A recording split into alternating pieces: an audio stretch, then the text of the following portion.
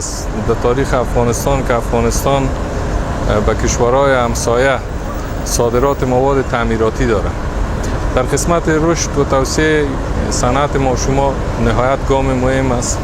انشاءالله با این قدم ما در آینده نزدیک شاهد افتتاح فابریکات جدید خواهد بودیم. زمینه کار 100% در مردم ما انشاءالله مساعد میشه.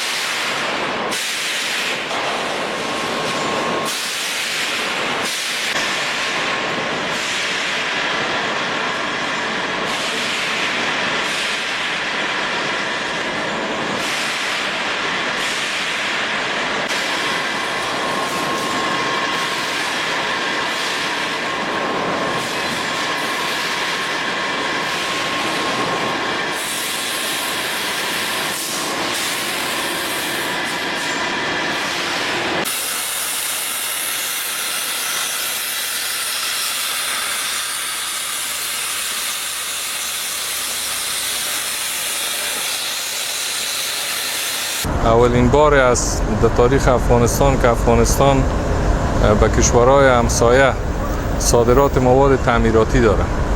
در قسمت رشد و توسعه صنعت ما شما نهایت گام مهم است.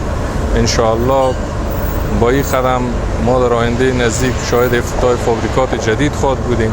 زمینه کار 100% برای مردم ما انشاءالله مساعد میشه. از لحاظ کیفیت در مورد تولید خود ما بر شما 100% اطمینان میتونم، چون این به همگی معلوم شده، خصوصا به مردم شهر هرات که به پروژه های بسیار بزرگ مثل مارکت صرافی‌ها که جور شد، تقریبا 18 منزل از سیخ گل کابل فولاد استفاده شده. بند پاشدان که چند روز پیش افتتاح کردیم ما شما از سیخ گل کابل فولاد استفاده میشه. بند بخشاباد در ولایت فرا از سیخ گل کابل فولاد استفاده میشه. در قسمت کیفیت ما 100% ضمانت میکنیم به هر جایی که به هر کشوری که محصول ما را کسی که بخواید تست کنه ما ضمانت شد. فعلا روزانه ما 12 ساعت کار میکنیم.